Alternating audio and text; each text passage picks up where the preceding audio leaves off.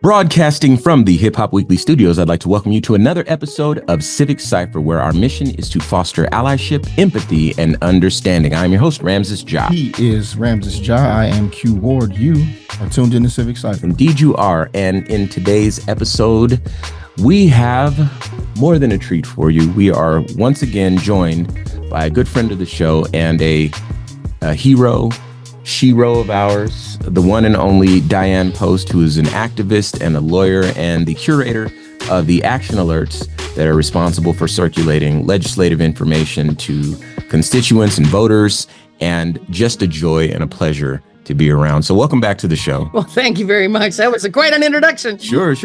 When you said her name, I tried to push a button for a standing ovation.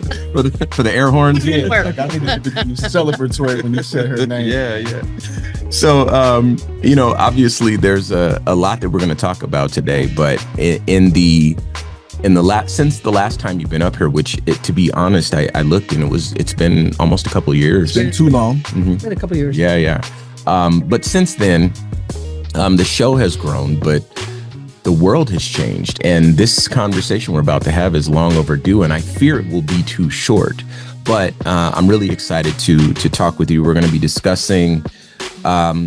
briefly discussing. We're going to have other guests on because you plugged us into a whole new community, but we'll be discussing reparations. We're going to be discussing a restrictive covenant bill that everyone needs to be on the lookout for. Some other really cool things that you mentioned earlier. I want to make sure we talk about the startled baby reflex.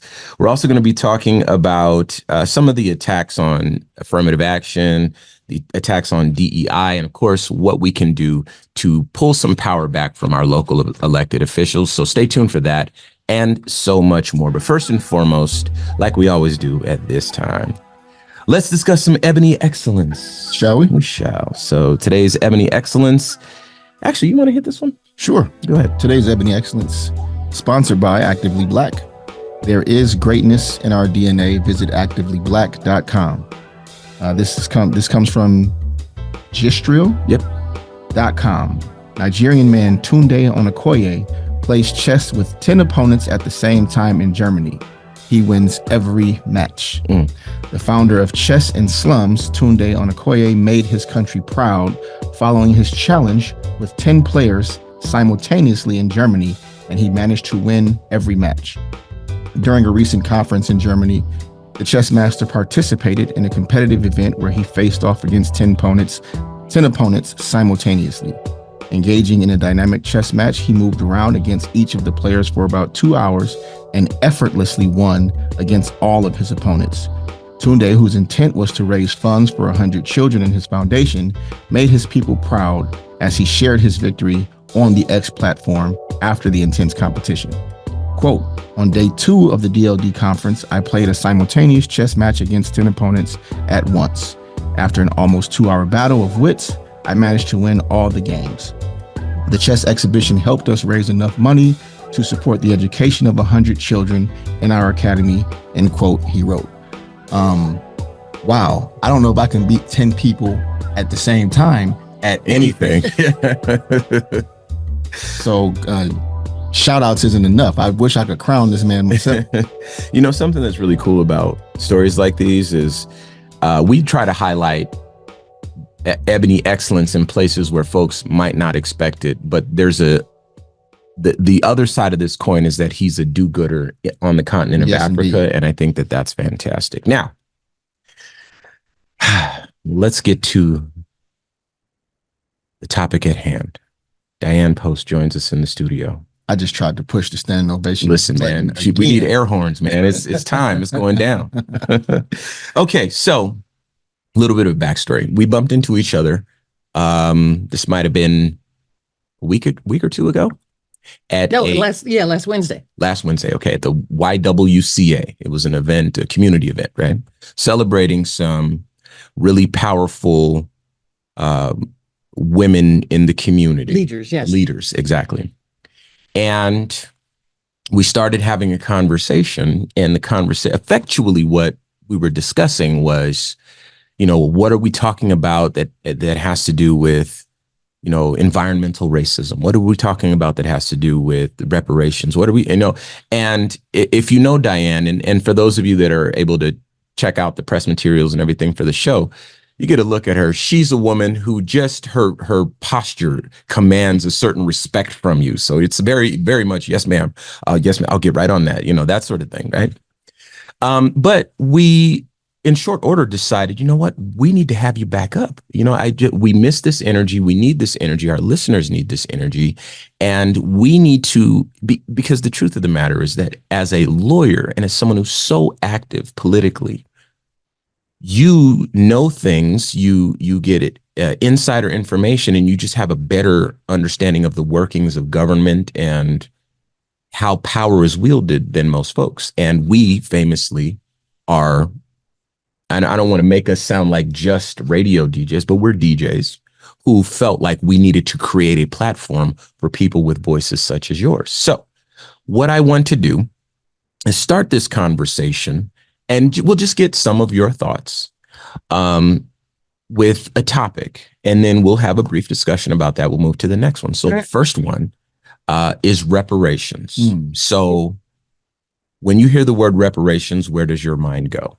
Well, my mind goes to the fact that it's absolutely way past time. The reparations movement has been going since 1940, I think, and the bill's been introduced every year, but it is ramping up. And one thing I want to say about what looks kind of like a bad situation with the mega people rising up and trying to ban books and do all these things, the answer to that is double fight back. Do more and overpower that.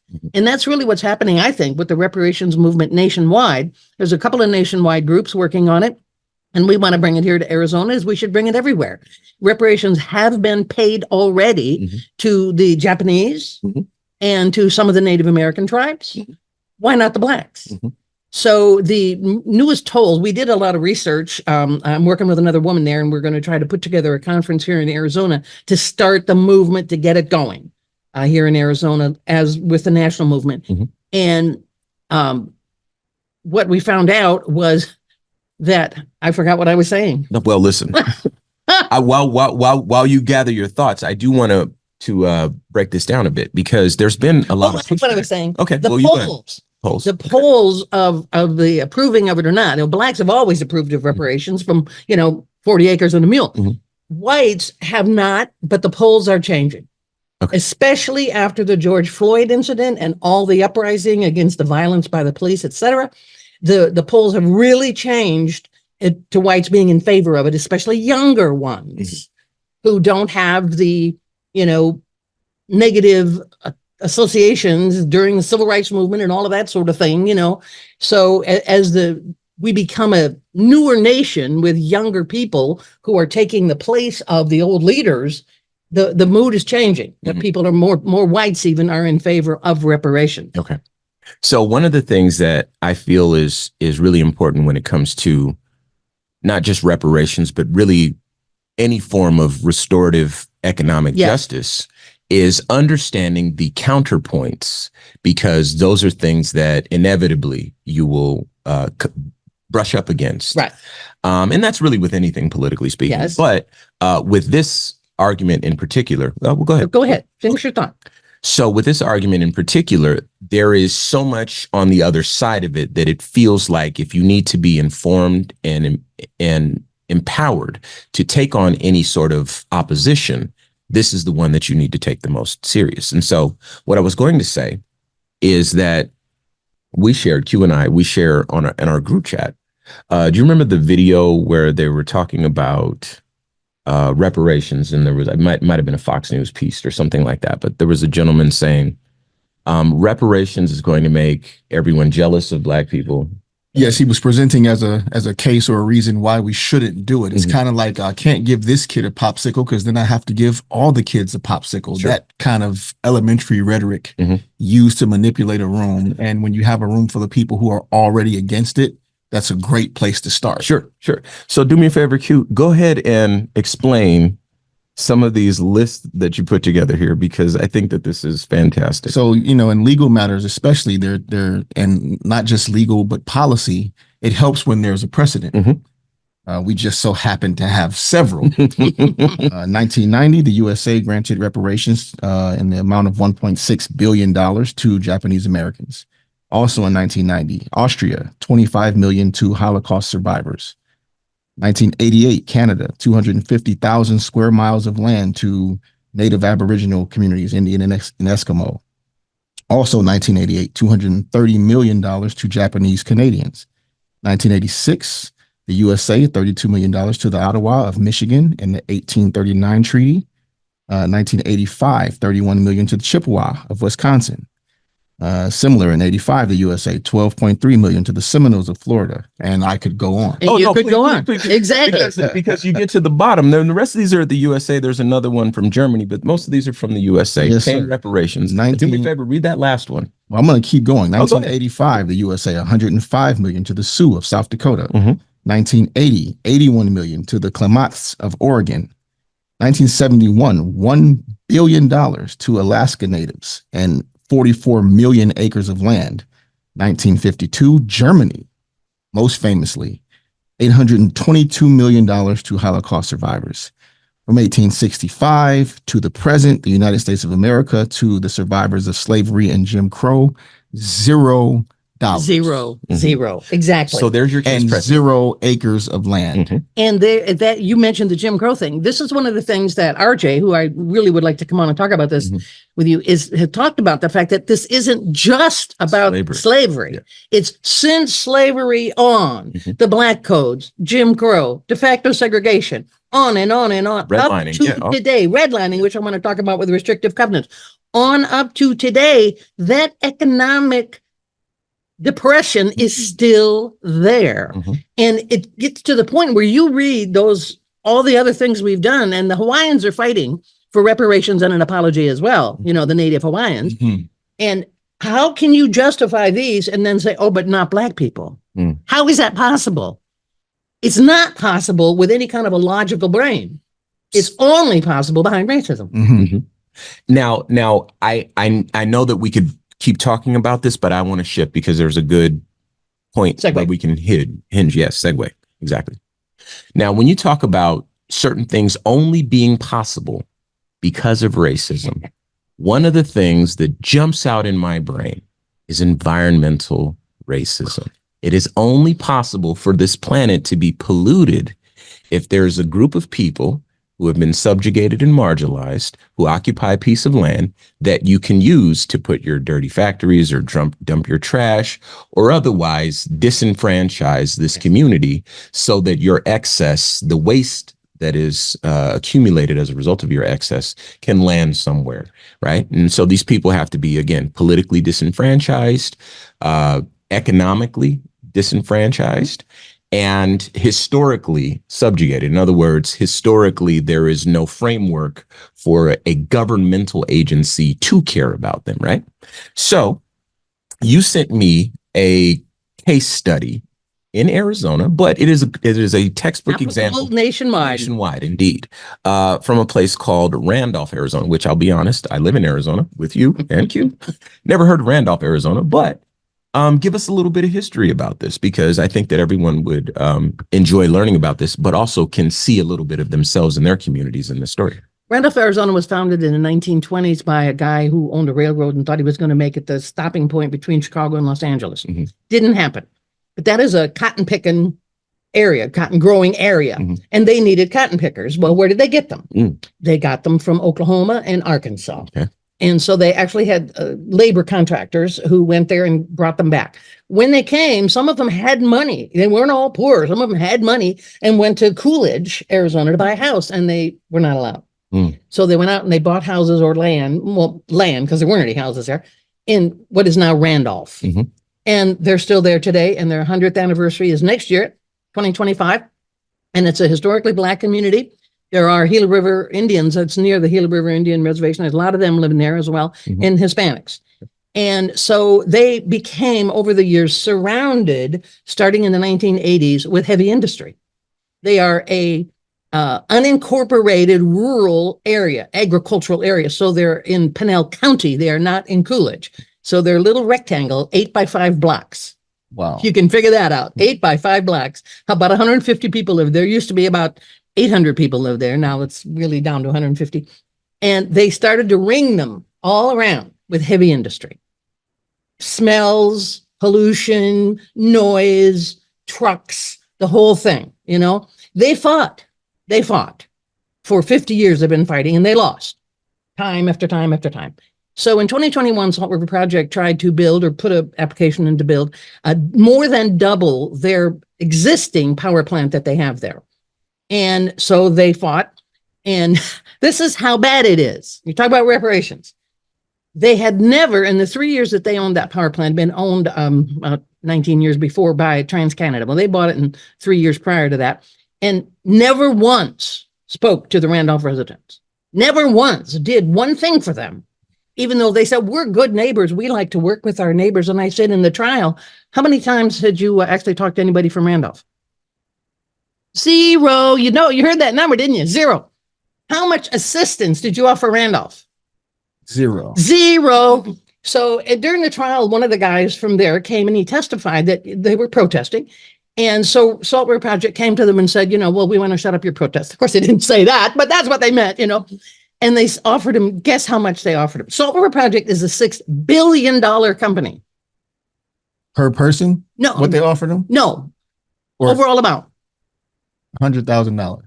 $15,000. Whoa. I know that was very low estimate, Q. I tried to be insultingly low. Well, this was so insulting. I mean, tried to be insulting on purpose and I still overshot. They offered this $15,000 to a guy who used to run the entire Southern California fast food franchise. So he wasn't a dummy. He was very well versed in, money and negotiations and all of that. He said it was such a slap in the face that it was clear to him, there's no going anywhere with this. Yeah.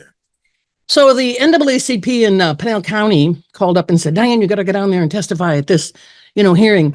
I didn't even know anything about it. I never heard of Randolph either. Mm-hmm. And so I had to look up everything, and I called her back and I said, these people don't need, it's not going to help for me to get down there and testify. Mm-hmm. They need a lawyer. She said, well, you're a lawyer. I said, I don't know anything about environmental injustice. This was so clearly a case of environmental injustice. So I don't know anything about the environmental law. I don't know anything about that. Well, you got to find somebody. So I tried like the devil to find somebody. Time was running out. It had to be filed by January 4th. That happens to be my birthday. And so Happy belated. I couldn't find anybody. Everybody I called in Arizona to do it. Well, we worked for SRP.